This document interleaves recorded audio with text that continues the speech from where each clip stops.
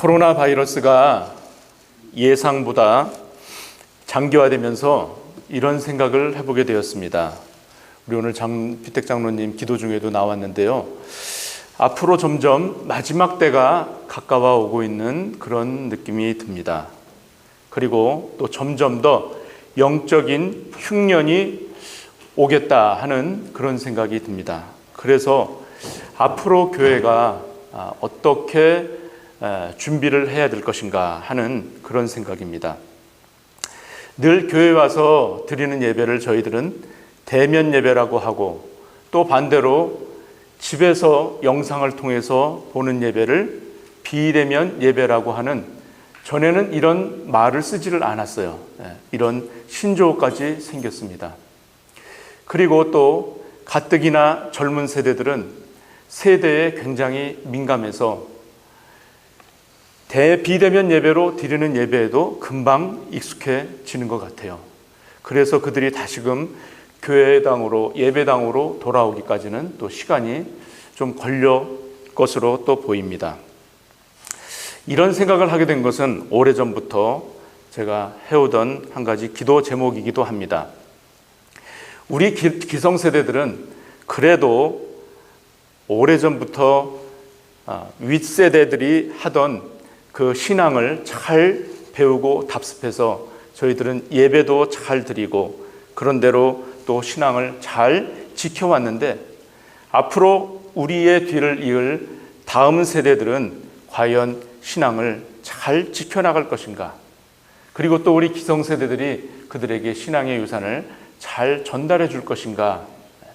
그래서 하나님 앞에, 하나님, 우리 다음 세대들이 하나님을 잘 알게 해 주십시오.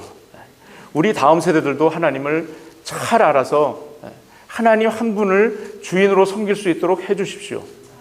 그리고 우리 세대들도 그들에게 예수의 복음을 잘 전달할 수 있도록 해 주십시오. 할 수 있는 힘을 주시옵소서 하는 그런 기도가 저에게 있었습니다. 애굽의 총리였던 요셉을 여러분들 잘 아시죠? 요셉은 7년 동안의 환난 동안에 앞으로 다가올 7년의 흉년을 하나님께서 주시는 지혜로 잘 준비를 했습니다. 그래서 그 7년의 환난을 무사하게 잘 넘길 수가 있었죠. 마찬가지로 우리도 앞으로 올 말씀의 기근, 또 앞으로 올 예배의 기근을 잘 말씀으로 무장하고 준비해서 다음 세대들에게 잘 전달해 줘야 될 줄로 믿습니다. 그렇다면 우리는 어떻게 영적인 흉년을 미리 잘 준비할 수가 있을까요? 그 비결을 오늘 말씀을 통해서 발견하시고 깨달으시면 우리의 신앙은 물론 우리의 다음 세대들에게까지도 신앙의 유산을 잘 물려줄 줄로 믿습니다.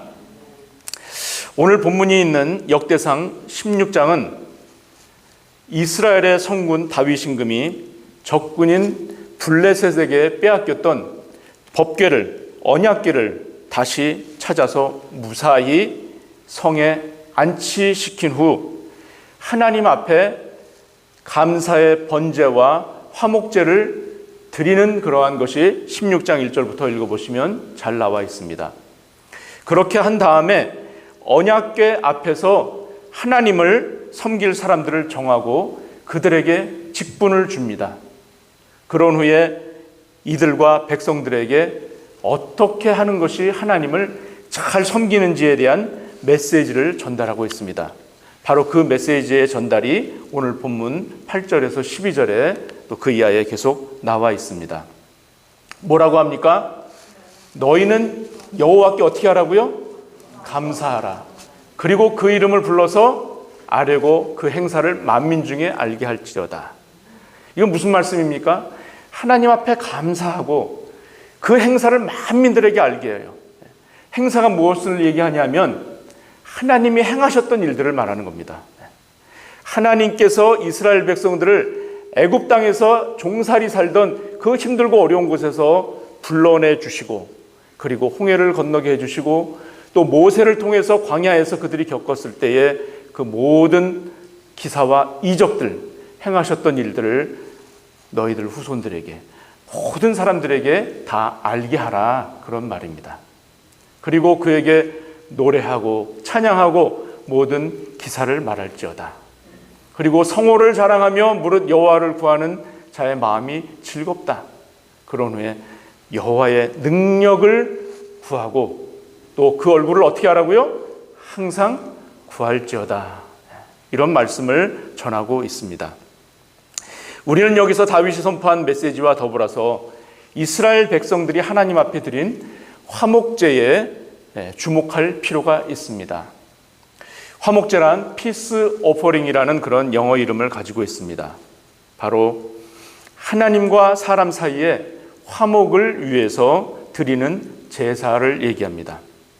인간의 죄로 말미암아서 하나님과의 단절되었던 관계를 구약시대 때는 화목 제사를 통해서 하나님께 화해를 요청함으로 하나님과의 관계를 회복했던 것입니다. 말다툼이나 싸움으로 인해 가지고 사이가 벌어진 두 친구를 한번 여러분들이 생각해 보십시오. 전에는 참 친했는데 한 번의 어떤 말다툼이나 싸움으로 인해 가지고 그 좋았던 관계가 깨어지고 서로 껄끄럽게 되는 경우가 있습니다. 그들은 서로 이야기하는 것을 멈추게 되고 또 의사소통하는 것이 너무나 불편해집니다. 그 친구들은 점점 낯선 사람처럼 되어갈 수가 있습니다. 이러한 소원함을 화해를 통해서만이 되돌릴 수가 있죠. 화해하는 것은 우정을 회복하고 다시금 옛적에 좋았던 관계로 돌아가는 것을 말합니다. 따라서 화목제란 죄로 인해서 단절되었던 우리와 하나님과의 관계를 회복시키는 것이 바로 화목입니다. 이 모습 속에서 바로 이스라엘 백성들이 그들의 자녀들에게 신앙의 유산을 잘 물려줄 수 있었던 원인을 우리는 볼 수가 있습니다.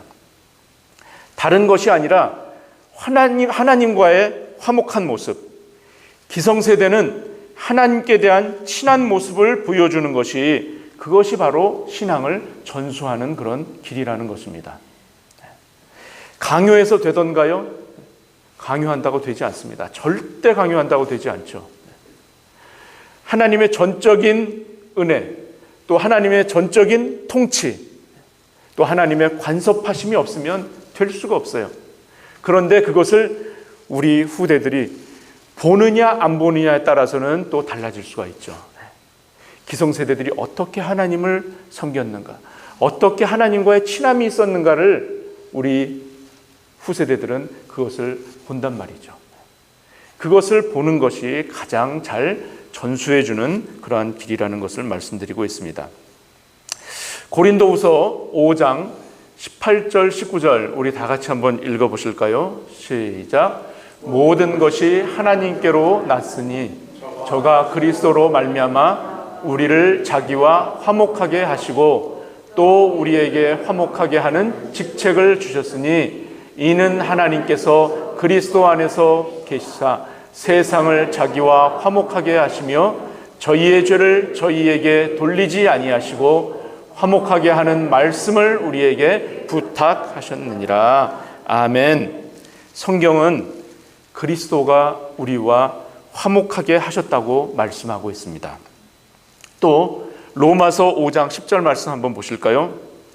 로마서 5장 10절도 한번 다 같이 읽습니다. 시작. 곧 우리가 원수 되었을 때에 그 아들의 죽으심으로 말미암아 하나님으로 더불어 화목되었은즉 화목된 자로서는 더욱 그의 살으심을 인하여 구원을 얻을 것이니라. 아멘. 전에는 우리가 하나님과 뭐였었대요? 원수였대요. 원수. 와, 정말 무서운 말 아닙니까? 우리가 지금 하나님과 얼마나 친합니까? 이렇게 하나님 앞에 나와서 예배드리고 기쁨으로 찬양을 올리고 하는데, 그런데 나의 옛날 과거 때를 생각해 보십시오. 원수도 그런 원수가 없지 않습니까? 하나님이 어디 있어? 내가 내 머리를 믿지, 내 지식을 믿지, 내 주먹을 믿지. 아유, 죽으면 다 똑같아. 무슨 천국이 있고 지옥이 있어. 이 땅에서 사는 동안에 그냥 열심히 그냥 살면 되지. 이렇게 생각했던 것이 원수라는 거죠. 자, 곧 우리가 원수 되었을 때에 하나님은 친히 자신의 아들 예수 그리스도를 어떻게 하셨다고요? 죽이셨대요. 죽임으로 말미암아 죄의 벽을 허물으시고 하나님과 우리를 화목되게 하셨다는 말씀입니다. 이 화목제물인 예수 그리스도를 통해서 저와 여러분들이 구원에 이르신 줄로 믿으시기 바랍니다. 여기서 화목을 영어로는 보니까 reconciled라는 말을 썼어요. 이 말의 의미는 화목이란 말도 있지만 조화 또는 화해 그리고 일치시키다라는 그런 의미가 담겨져 있습니다. 하나님과 함께하게 하는 그런 의미가 담겨져 있다는 말입니다. 자, 그러므로 우리가 하나님과 화목할 수 있는 것은 우리의 죄에 대한 철저한 회개와 하나님의 용서 그리고 자신의 아들을 아낌없이 우리에게 희생제물로 내어주신 그 크신 사랑 때문이라는 것입니다. 이 예수님의 희생의 결과는 하나님과 우리와의 관계가 적대감에서 우정으로 바뀌게 된 것입니다. 그래서 요한복음 15장 15절 말씀도 한번 보시겠습니다. 우리 다 같이 읽습니다. 시작. 이제부터는 너희를 종이라 하지 아니하리니 종은 주인의 하는 것을 알지 못함이라. 너희를 친구라 하였노니 내가 내 아버지께 들은 것을 다 너희에게 알게 하였음이니라. 아멘. 뭐라고 말씀합니까? 이제는 종이 아니래요. 뭐가 됐다고요? 친구가 되었다고 말씀합니다. 얼마나 감사하고 얼마나 놀라운 말씀인지 모르겠습니다. 자, 우리가 여기서 분명히 알아야 할 것이 있습니다. 여러분들은 기독교의 신앙의 본질이 어디 있다라고 생각을 하십니까? 기독교의 신앙이 본질이 어디 있습니까? 기독교 신앙의 그 중요도가 어디 있다라고 생각을 하십니까? 기독교 신앙의 중요도, 그 본질은 무엇을 우리가 행하는 doing에 있지 않다라는 겁니다. 내가 뭔가를 할 수 있다라는, 내가 뭔가를 스스로 해서 내 노력으로 구원에 이를 수 있는 것이 0.00001%도 없다라고 인정하는 것이 바로 기독교에서 가장 중요한 핵심입니다. 오직 무엇만이, 오직 예수 그리스도의 십자가의 피의 공로로만이 우리가 구원받을 수 있다라는 것, 이것이 핵심입니다. 자, 기독교 신앙의 그 중요도는 그러면서 하나님과 우리와의 관계를 바르게 가지는 데 있습니다. 우리와의 바른 관계를 갖는 것. 저와 여러분들이 마지막 하나님 앞에 불려갔을 때, 심판대에 섰을 때 하나님께서 우리에게 조사하려는 것이 있을 것입니다. 그 조사하려는 것은 내가 세상에 있을 때에 하나님과 얼마나 관계를 잘 맺고 있었는가, 그거를 조사하는 거예요. 내가 얼마나 성경을 많이 읽었고, 내가 얼마나 성경 지식이 많고, 내가 얼마나 봉사를 많이 하고, 내가 얼마나 남들을 위해서 훌륭한 일들을 많이 하고, 그것을 따지기 이전에 하나님과 나와의 관계가 어땠느냐, 화목했느냐 안 했느냐, 그것을 하나님께서 우리에게 물으실 것입니다. 그만큼 하나님과의 바른 관계가, 그것이 우리 인생에 있어서 결정적으로 중요하다라는 것입니다. 바로 우리가 신앙생활을 하면서도 종의 자리에 머물렀느냐 아니면 하나님과 친구가 되었느냐, 그 차이인 거예요. 종의 자리에 머물러 있는 것은 아직도 우리가 하나님과 화목하지 못한 그러한 상태를 얘기합니다. 그러나 우리를 대신에 화목제물로 돌아가신 그 예수 그리스도를 내 구주로 받아들이고 내 자신이 죄인임을 깨닫고 예전에 하나님을 모를 때 나의 허물과 죄를 하나님 앞에 철저하게 고백하고, 그 다음에 예수 그리스도와의 개인적이며 인격적인 만남을 통해서 하나님과의 바른 관계를 갖는 것.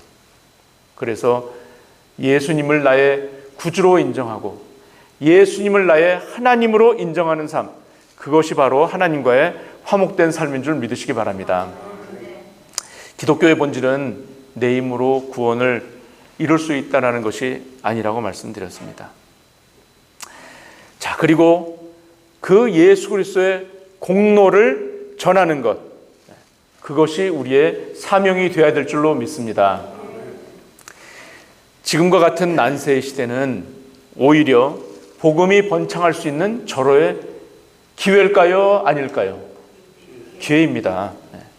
오히려 지금 같은 혼란한 시대에 우리가 예수님을 믿으세요. 내가 믿은 예수님 한번 믿어봐. 예수 믿으면 참 좋아. 우리 지금 성경 공부를 통해서 놀라운 일들이, 변화들이 일어나고 있습니다. 우리 한 분 중에는 전에는 이런 적이 내가 한 번도 없었다고 말씀하십니다. 성경 읽는 것 자체가 기적이라고 말씀을 하세요. 얼마나 놀라운 역사입니까? 전에는 내가 이런 사람이 아니었는데 이렇게 돼서 기쁨을 얘기를 하고 계세요. 정말 놀랍지 않습니까? 하나님께서 우리에게 주시는 정말 큰 은혜입니다. 이것을 우리가 다른 사람들에게 얘기하는 거예요. 다른 사람들에게 전하는 거예요. 내가 믿는 예수님 정말 좋아. 이전에 내가 느끼지 못했던 나에게 마음에 편함이 있어. 그 예수님이 내가 진작 이렇게 좀 믿었어야 되는데. 자, 주 예수 그리스도의 복음의 구명의 밧줄을 던져서 사람들이 예수 그리스도와 화목하게 할 수 있도록 하는 것이 바로 우리의 사명인 줄로 믿습니다. 여러분들은 아마 지금 카톡 사용하시는 분들이 다 사용하실 거예요. 아마 또 카톡을, 개인 카톡도 있지만 카톡방들이 아마 많이 있으실 거예요. 저도 굉장히 많아요. 그런데 그 카톡 단톡방에 하루에도 수십 개, 수백 통의 정보들이, 오만 가지 정보들이 쏟아져요. 이렇게 하면 건강해지고, 이렇게 하면 백세 장수를 하고, 지금 트럼프가 어떻게 됐느니, 한국의 정치가 어떻게 됐느니, 별의별 얘기들이 다 많아요. 근데 다 달라.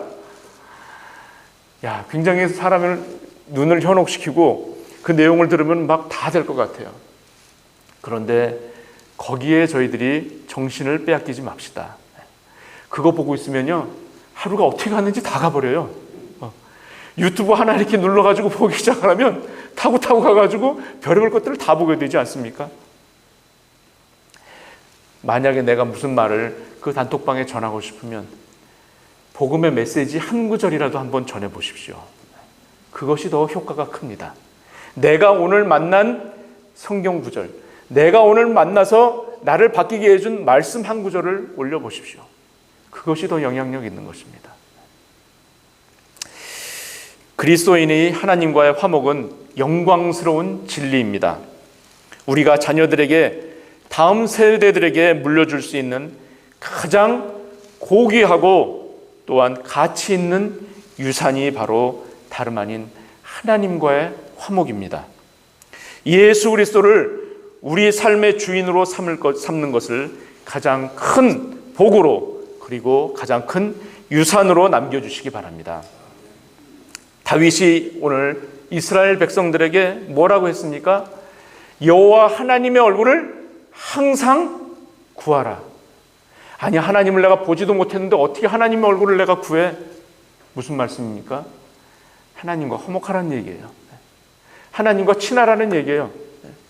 하나님을 의식하면서 살라는 말씀입니다.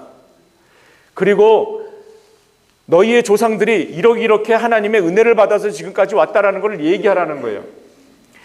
이러한 간증이 있는 사람과 없는 사람하고는 큰 차이가 있습니다. 지금 현재 자녀들이 예수님을 몰라, 교회를 지금 당장 안 나가. 그래도 어머니가 나에게 들려주셨던, 우리 가정에서 하나님께서 해주셨던 그 증거, 그 간증을 듣고 자란 부모, 자녀들은 하나님 믿습니다. 꼭 믿습니다. 우리 교회 마스코트이신 우리 김혁 권사님이 늘 말씀하시잖아요. 내가 이대를 나오고 전혀 남부러울 것 없이 살았는데 이 미국에 가서 고생하는 중에 그래도 하나님을 몰랐다가 우리 장로님이 뜻하지 않은 사고로 총을 맞았는데 그 총이 관통이 됐어요, 몸을. 그러면 어떻게 해야 돼요? 죽어야 되잖아요. 근데 하나님이 살리셨어요. 이 얘기를 권사님은 저 만날 때마다 계속해 주세요. 근데 들을 때마다 은혜가 돼. 이 얘기를 자녀들에게 안 하셨겠어요? 자녀들이 다 듣고 자랐어. 우리 아버지가 미국에 오셔가지고 옛날에 이런 고생을 하면서 우리들을 키우셨는데, 하나님을 알게 되셨는데 그 이유가 그 전에 잘 나갈 때는 하나님을 모르다가 이렇게 죽을 고비가 되니까 그때서야 살려달라는 기도밖에 안 나오더라. 이거를 듣고 자란 우리 자녀들이 예수 그리스도를 모르겠습니까?